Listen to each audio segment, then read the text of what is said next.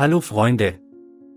In der sengenden Hitze des Arizona-Sommers lag ein kleiner Welpe unbeweglich auf einem unerbittlichen Bürgersteig.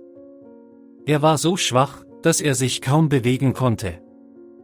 Seine kaum geöffneten Augen bettelten um Hilfe, die fast unmöglich zu bekommen schien. Nach dem Willen des Schicksals konnte eine mitfühlende Passantin namens Sarah, die beim Anblick eines leidenden Welpen Herzschmerzen hatte, ihn nicht dem Schicksal überlassen. Mit sanften Händen nahm sie das zerbrechliche Wesen auf und schloss es in ihre Arme. Der zitternde Körper des Welpen war kaum mit einer dünnen Fellschicht bedeckt, und seine erbärmlichen Schreie zerrissen ihre Seele. Die Entscheidung, dem Baby eine Chance zu geben, sich zu wehren, wickelte Sarah den Welpen in ein Handtuch und brachte ihn sofort zum nächsten Tierheim, der Arizona Animal Protection Society. Der Welpe, der später Penelope genannt wurde, befand sich in einem so traurigen Zustand, dass seine Überlebenschancen gering schienen. Mit Flöhen bedeckt und erschöpft, konnte sie sich kaum bewegen, geschweige denn essen. Anfangs überlegten die Mitarbeiter die schmerzhafte Entscheidung, sie einzuschlafen, da ihr Zustand zu schwer schien, um überwunden zu werden.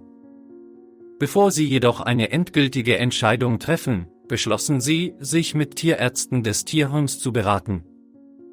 Als die Ärzte den Zustand von Penelope sahen, wussten sie, dass es ein harter Kampf war, aber sie konnten ihn nicht kampflos gehen lassen. Sie begannen ihr eine Bluttransfusion und einen sorgfältig geplanten Verlauf der Einnahme von Medikamenten zu machen, um Flöhe zu bekämpfen und ihr geschwächtes Immunsystem zu stärken. Mitten in dieser kritischen Zeit kam eine positive Seite auf. Murphy, ein weiterer geretteter Hund, der im Tierheim lebte, war sofort an der winzigen, zerbrechlichen Penelope interessiert. Er wurde ihr Schutzengel und beobachtete sie mit unerschütterlicher Hingabe.